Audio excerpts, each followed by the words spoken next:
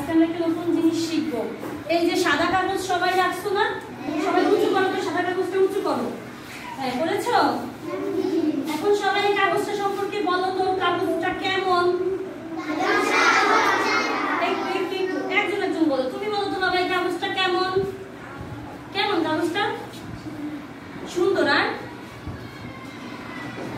সাদা। কাগজটা সুন্দর আর সাদা। আর কি বলো তো, রূপা বলতো কাগজটা কেমন? ম্যাডাম কাগজটা নোংরা নাই, কাগজটা গোছানো নাই, হ্যাঁ কাগজটা সমান। হ্যাঁ, কাগজটা নোংরা নেই, কাগজটা গোছানো না, কাগজটা সমান। এখন কাগজটা ভাঁজ করো তো তোমরা, ভাঁজ করো, ভাঁজ করো, দ্রুত করো বাবা। এই যে এভাবে ভাঁজ করে ফেলো। করেছো? আচ্ছা, এখন টেবিলের উপর রেখে কাগজটাকে আঘাত করো, আঘাত করো, চাপ দাও।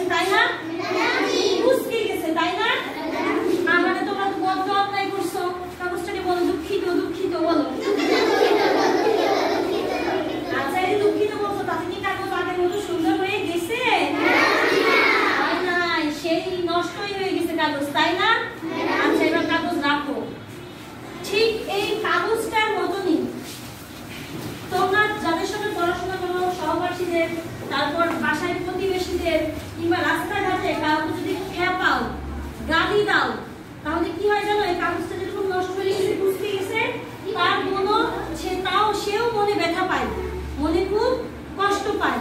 কারণ এই কাগজটার যেমন ক্ষতি হয়ে গেছে, তার মনেরও ক্ষতি হয়। তোমরা আসো না অনেকে ক্লাসে, আমার কথা শোনো, ক্লাসে অনেকে কেউ একটু লম্বা, কেউ একটু খাটো, তাই না? কেউ একটু কালো, কেউ ফর্সা। তোমরা তাদেরকে খেপাও, খেপাও না? বিভিন্ন রকম ভাবে খেপাও। এই খেপানোতে কি হয়, ওই শিশুটা কিংবা যাকে খেপাচ্ছ সে মনে খুব কষ্ট পায়, তার মনটা ব্যথায় এরকম শুকিয়ে যায়, কুঁচকে যায়, ঠিক এই কাগজটার মতো। তারপরে যদি তাকে শতবার তুমি দুঃখিত বলো, সরি বলো, সে তার মনে ব্যথা কিন্তু কখনো হারায় না, হারায়? তার মনে